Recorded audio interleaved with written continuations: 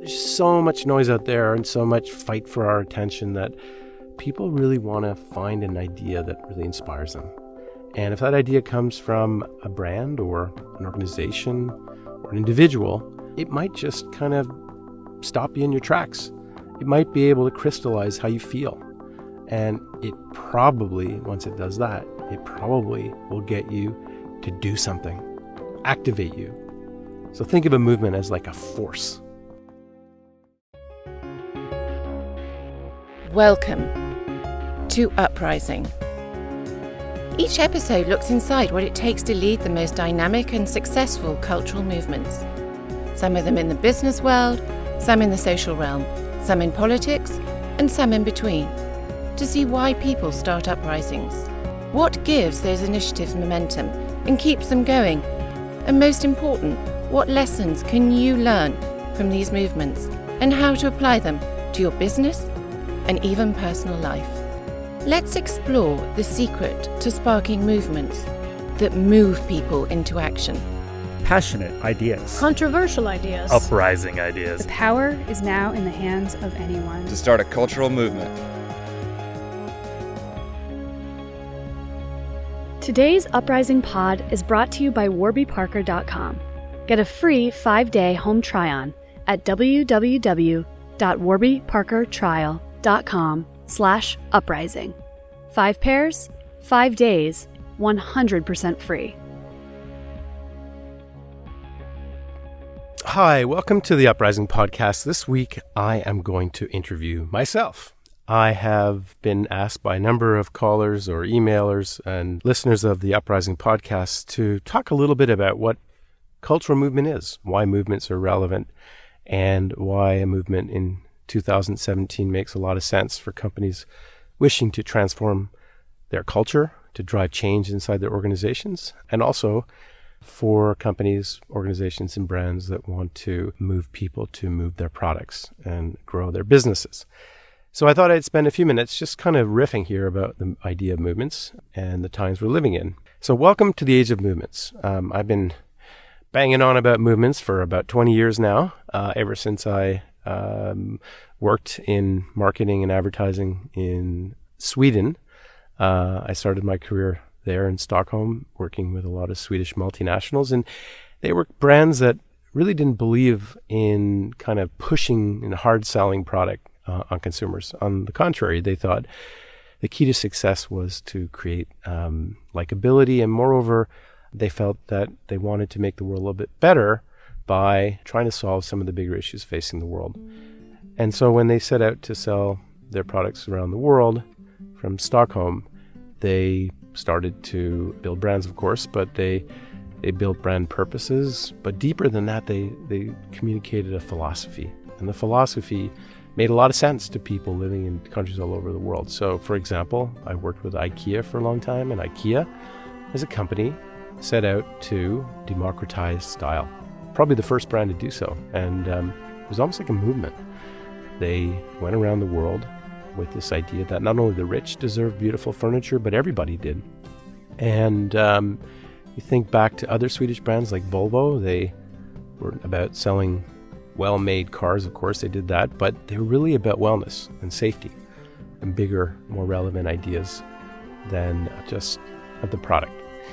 So from that experience, I kind of digested all that, and as I worked around the world on different brands that were from Sweden, I realized there was a real opportunity to kind of develop purpose-based brands, which I did for many years.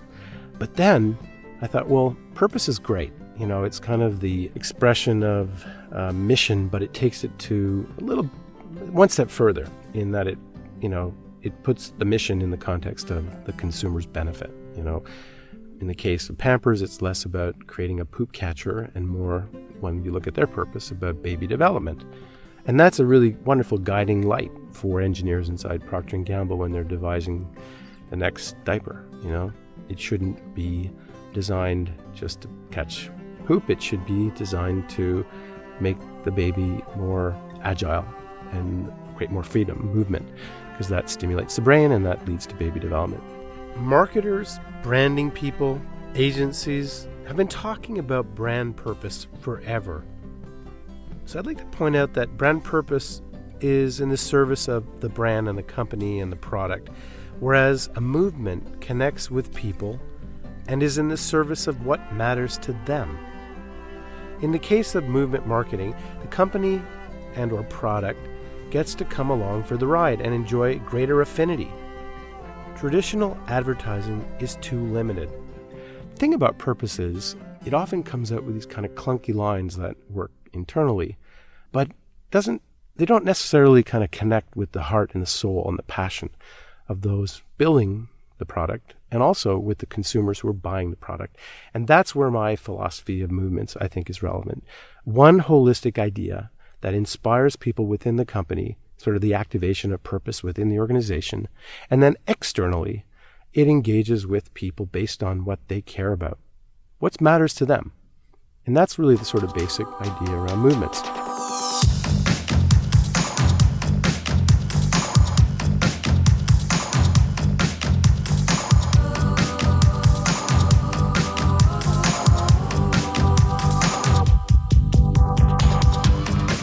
So if you look at the world today, we really live in the age of movements.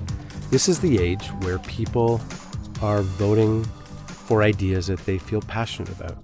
And these movements are bringing to power politicians. They're bringing to power companies from scratch who have strong stands for or against something. And movements are everywhere. And it's partially because technology has put a phone that is so powerful and in everyone's pocket, and we're all able to connect and ideas spread like wildfire and all that kind of stuff. But also, there's so much noise out there and so much fight for our attention that people really want to find an idea that really inspires them. And if that idea comes from a brand or an organization or an individual, it might just kind of stop you in your tracks. It might be able to crystallize how you feel. And it probably, once it does that, it probably will get you to do something, activate you. So think of a movement as like a force, a powerful force. It's like Star Wars, it's the force. It can be used for good and it can be used for evil. Evil for a brand is being complacent to the world around them in this day and age. It's like sticking your head in the sand and thinking that you can avoid the world around you. The problem with that is you become irrelevant in a revolutionary world. What will you do with the force? That's kind of what a movement is all about.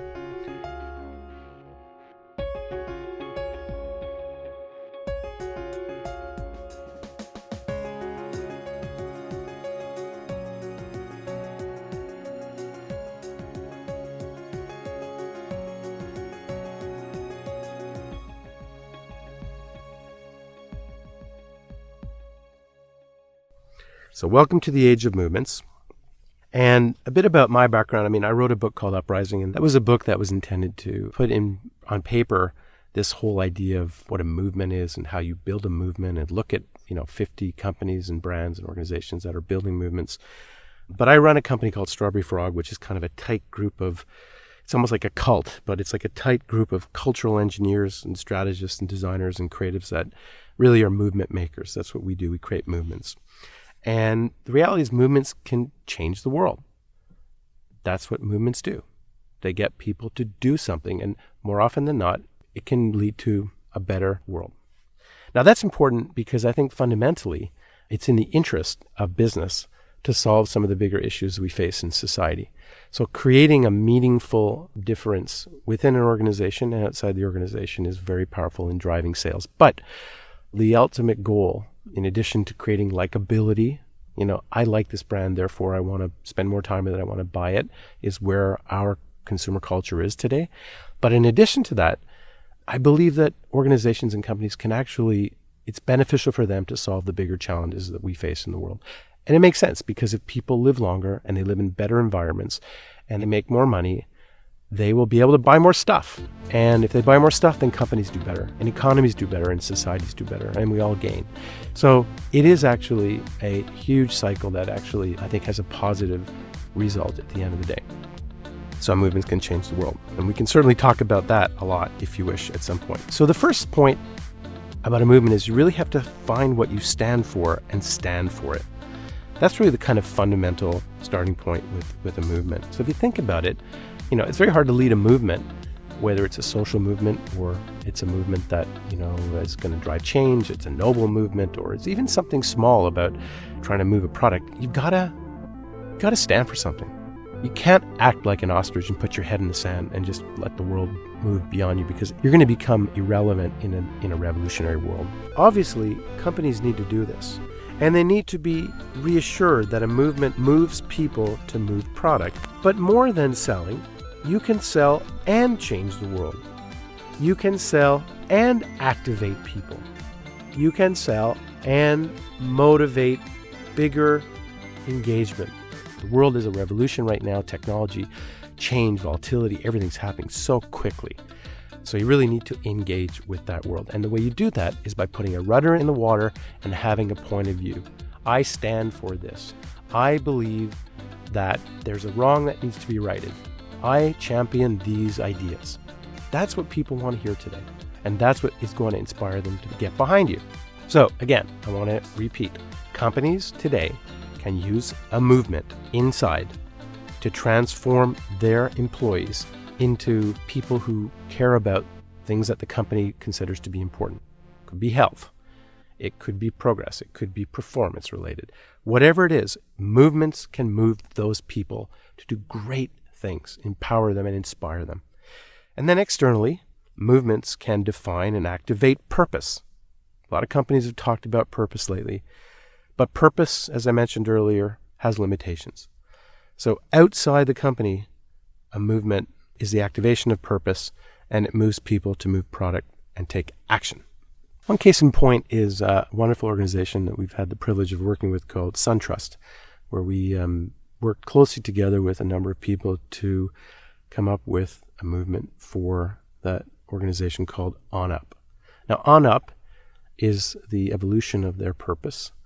And that movement is about betterment and confidence and helping people move from financial stress to financial confidence. I think we can all see that we're living in a time where our greatest challenge is financial insecurity. No matter how much money you have, people are burdened by the stress caused by money. And there are things that can be done to help people move to confidence. There are ideas. There are financial tips, budgeting, and financial literacy programs and tools that can help students and mothers and fathers and families understand finance better. And that's what the On Up movement is all about. And if you go to onup.com, you can join that movement and you can see why almost 2 million people are participating in this nationwide movement.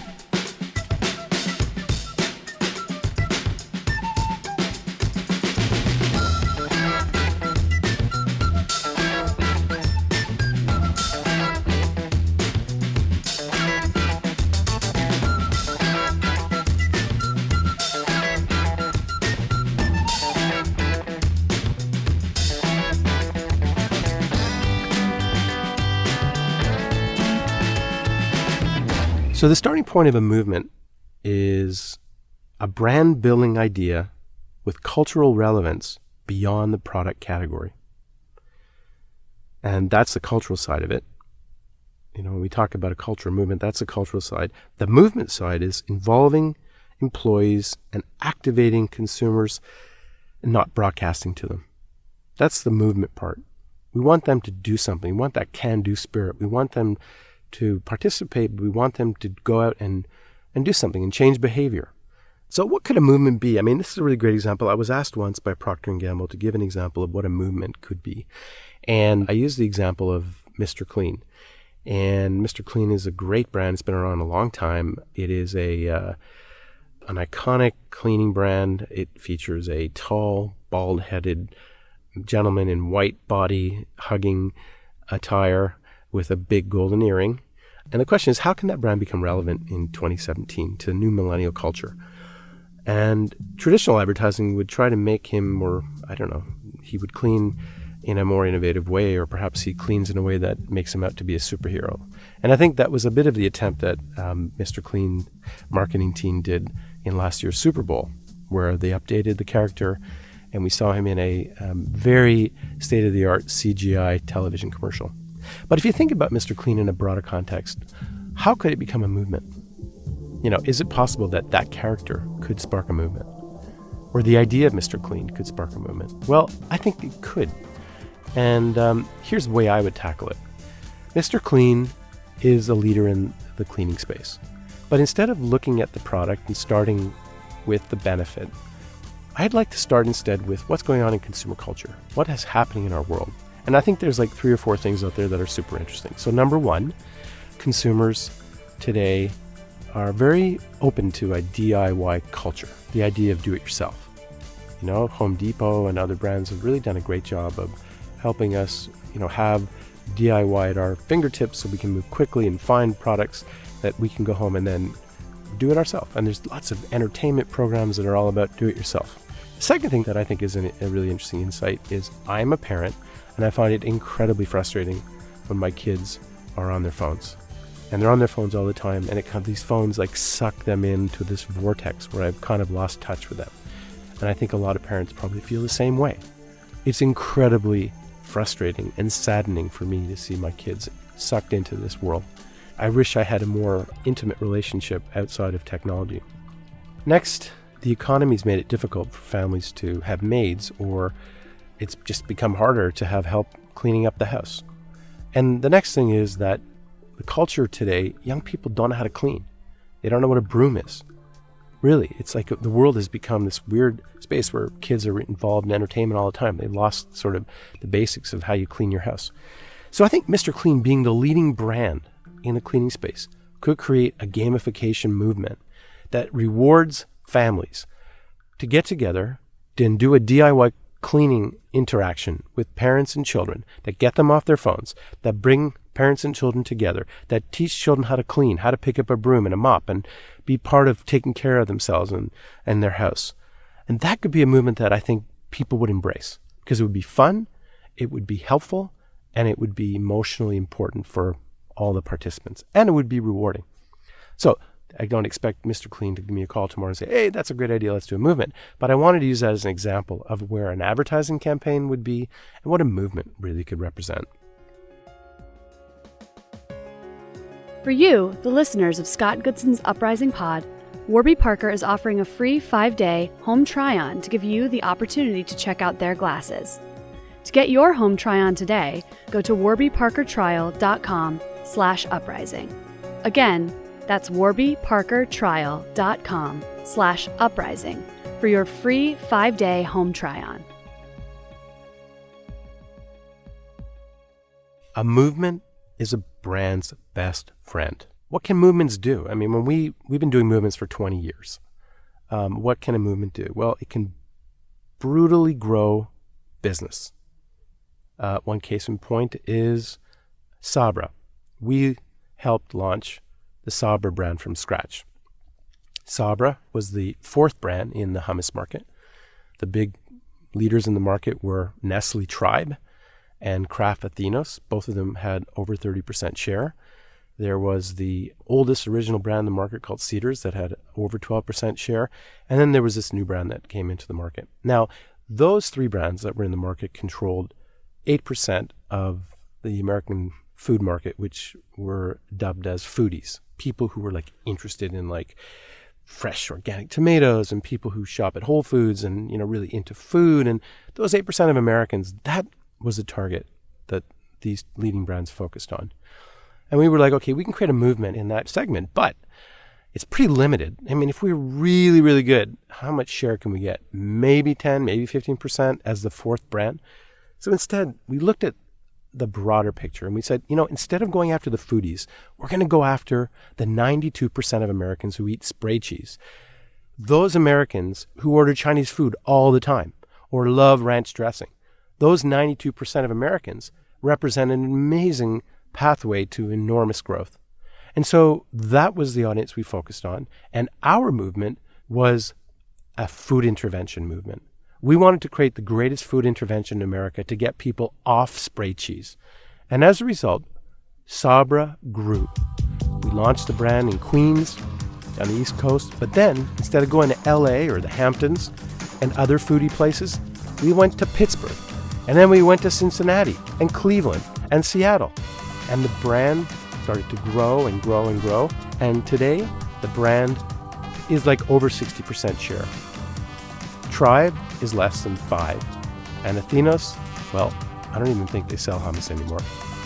That's the power of a movement. And that's that brutally strong growth I talked about. When we do a movement, it's also about taking a stand and building a community, telling stories, aligning with Gen Z and millennial culture, and creating emotional experiences that resonate. What's the difference between movements and advertising?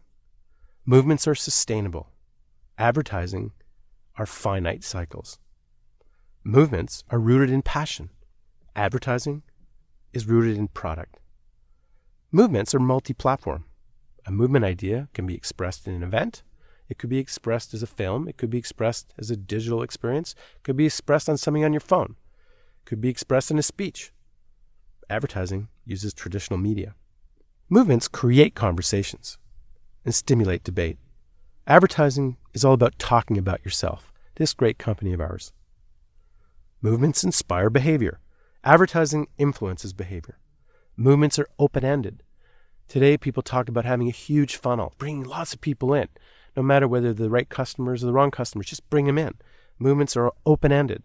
Advertising always talks about focusing on a specific target group and being super exclusive. So there is a really good comparison between movements and traditional advertising.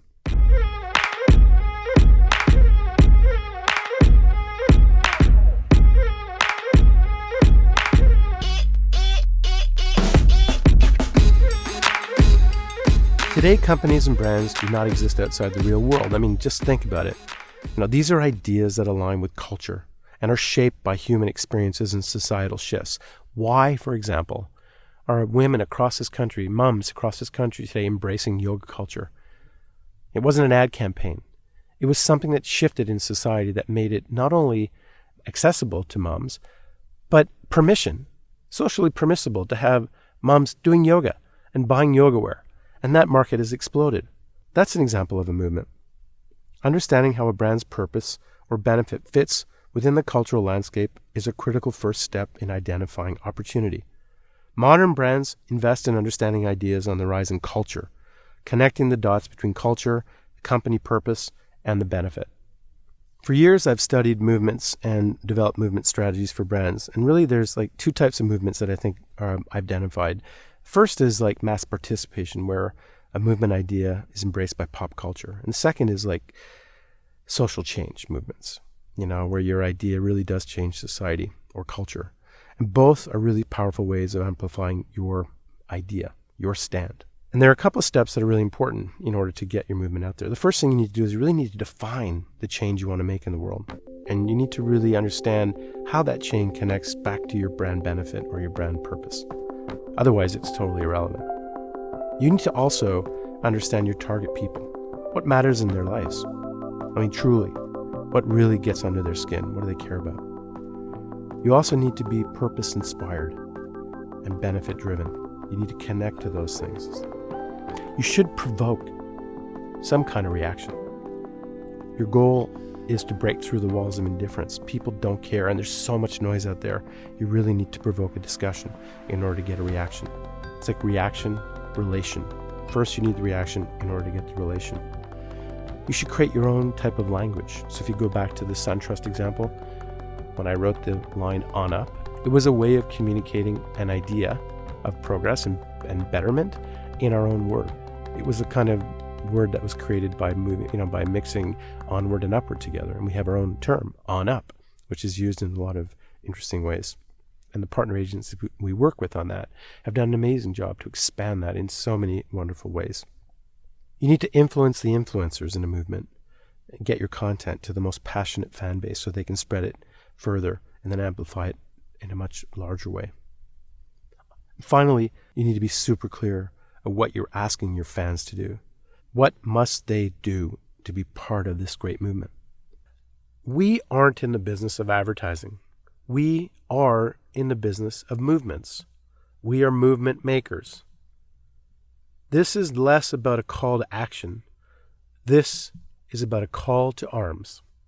Those are some tips and some inspiration for you as you think about movements.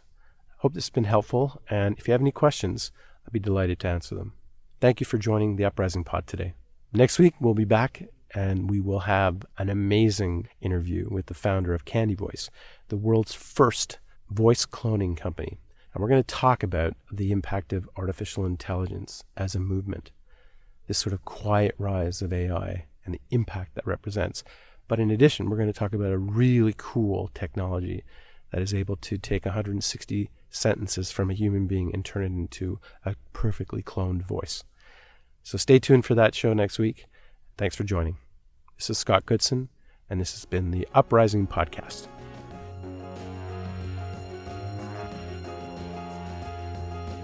Thank you for joining the Uprising Pod today. If you want to find out more about who was on, or if you want to learn more about how to create your own movement, please go to scottgoodsonsuprising.com. You can also download this Uprising program from iTunes and where other leading podcasts are curated. The Uprising Pod is produced by Nicola Keneally with special help from Melanie Boardman, Karin Drachenberg, Philippa Freeman, Brianna Campbell, Farshad Faroudi, Mark Bruzy, Mark Issam, James Politi, and Jonathan Weeks.